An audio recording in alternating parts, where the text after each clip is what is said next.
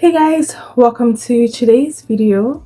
So today we're going to be talking about 3 things that you can start doing that will help you be able to relax more in your femininity.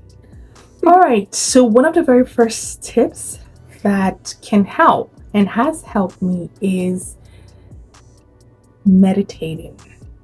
So basically just taking a moment each day to slow down and just sit with myself and do some prayers and meditation and really just being present or practicing and trying to be present in whatever I'm doing. So whatever activity that I'm engaging in is being conscious and being aware of what I'm doing in that specific moment. So that really helps, because what I notice is that when you're able to be more present, it automatically puts you in your body. And when you're in your body, like, you can feel your body. When you're able to feel your body, you are much more likely to be able to easily access your feminine energy. Let me flip that and see if that may explain it better. So when you're in your head energy, and what I mean by this is that if you are always thinking about things and you have so much thoughts running through your brain, it's going to be harder to relax, because your brain is literally thinking and planning and doing things. It's doing. Yes, that's the word I'm looking for. Your brain is doing things. And when your brain is doing things, you're not able to access that part of you that is just enjoying the moment for what it is. No chatter, no thoughts saying you should do this, you should do that, right? And when you're in that space, of course, you are in your feminine energy, right? So that's where meditation, or that's how meditation and prayer has come in for me.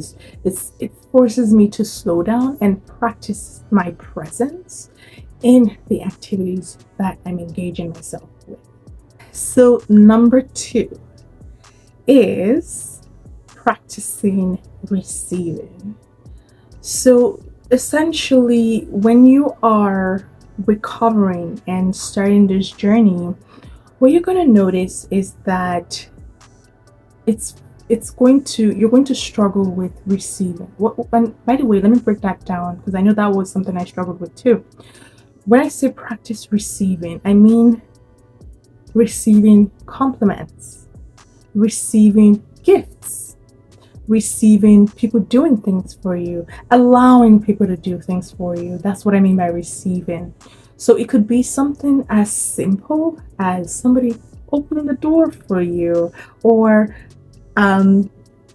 getting up so you can sit down and just saying thank you.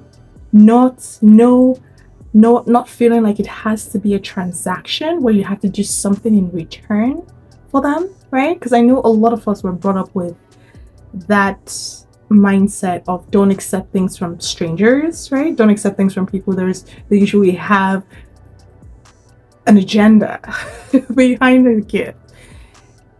That can happen, of course, right? You always have those people there, but approach life from an open heart kind of space where everything is working out for you. So even if that type of energy comes into your field, because you're in your feminine, you can vet that energy and not be available for it. So practice receiving, practice in small situations.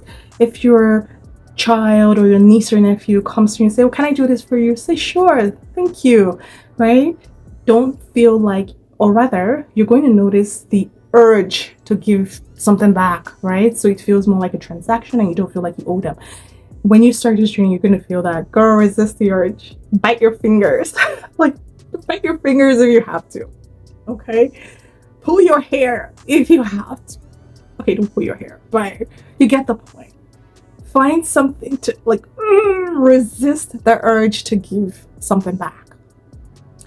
This doesn't mean you never give. No, on the contrary, is when you're giving because you want to give, not necessarily because you want to um, give somebody something back because they gave you, right? So give people, actually, you know what? Receiving is given. Receiving is given. Let me tell you why. Notice how bad somebody can feel when you try to give somebody something and they don't receive it.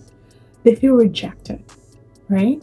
So in receiving something from somebody, you're actually giving them. It's a very, very intricate situation, but if you view it from that perspective, receiving is given and giving is receiving. So practice that. You are this woman that the world is experiencing. So allow people do things for you, allow people provide for you, allow people help you, right? If you Now, a caveat here is, for example, if somebody's doing something that you don't like, that's a different story. That now we'll go into boundaries. You don't receive things that you don't like, and what I mean by that is, in fact, this needs to be broken down more. I feel like I need to add more context just so that people get it. Okay, so if somebody gives you, I don't know, gives you a gift. Let's take that. Okay. They give you like a gift that you don't like, or you don't think is something you would use. In that situation, you receive the gift and you appreciate for the gift. You appreciate them for the gift. Why? Because it's a gift. They could have chosen not to give you, right? But they decided to give you. So you receive that. What you want to do with the gift at that moment, it doesn't matter. The point is, when somebody's giving you something like a gift, you receive it. Now, if because a lot of women can say, well, AB, but if, for example, somebody wants to do something that for you that does not align with your values, that I would not say receive that fully. Appreciate that they want to do something for you, but you can then communicate your boundaries, right? So if they, in the process of giving to you, are violating your boundaries, I'm just trying to think of a specific example and it's not coming to mind.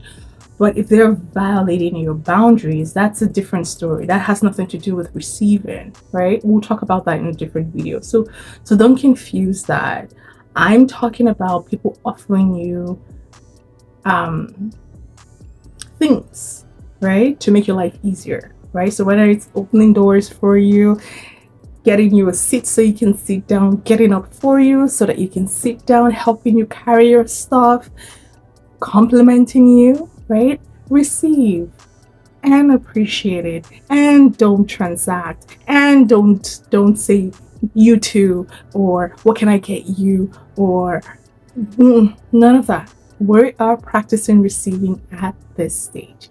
Once we've embodied the energy of receiving, then we can then give from our overflow, and it doesn't have to feel like a transaction. Okay? All right.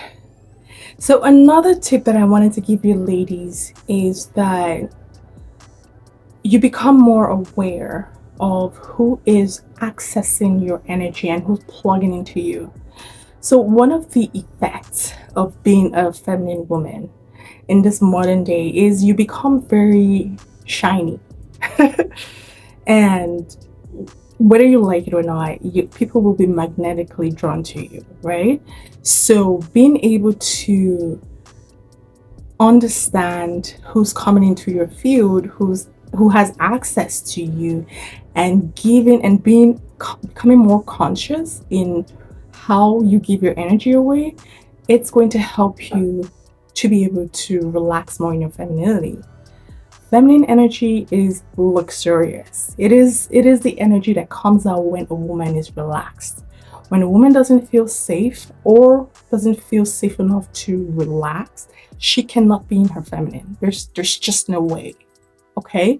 So the less things that you get your energy involved in, the better for you. And that's why this is actually another topic, but that's why you hear or you see a lot of women talking about feminine energy and being unbothered. They go hand in hand. I will break that down in another video. So you are going to have to learn how to have good boundaries. So boundaries that allow you to let the right people in or let the right things in, that doesn't seep your energy in a way where you feel drained and tired and unable to relax in that yummy, juicy, delicious energy of yours. Okay, so I hope this video was useful to you guys, and I hope you learned something from it. Other than that, I will see you in my next video. Bye.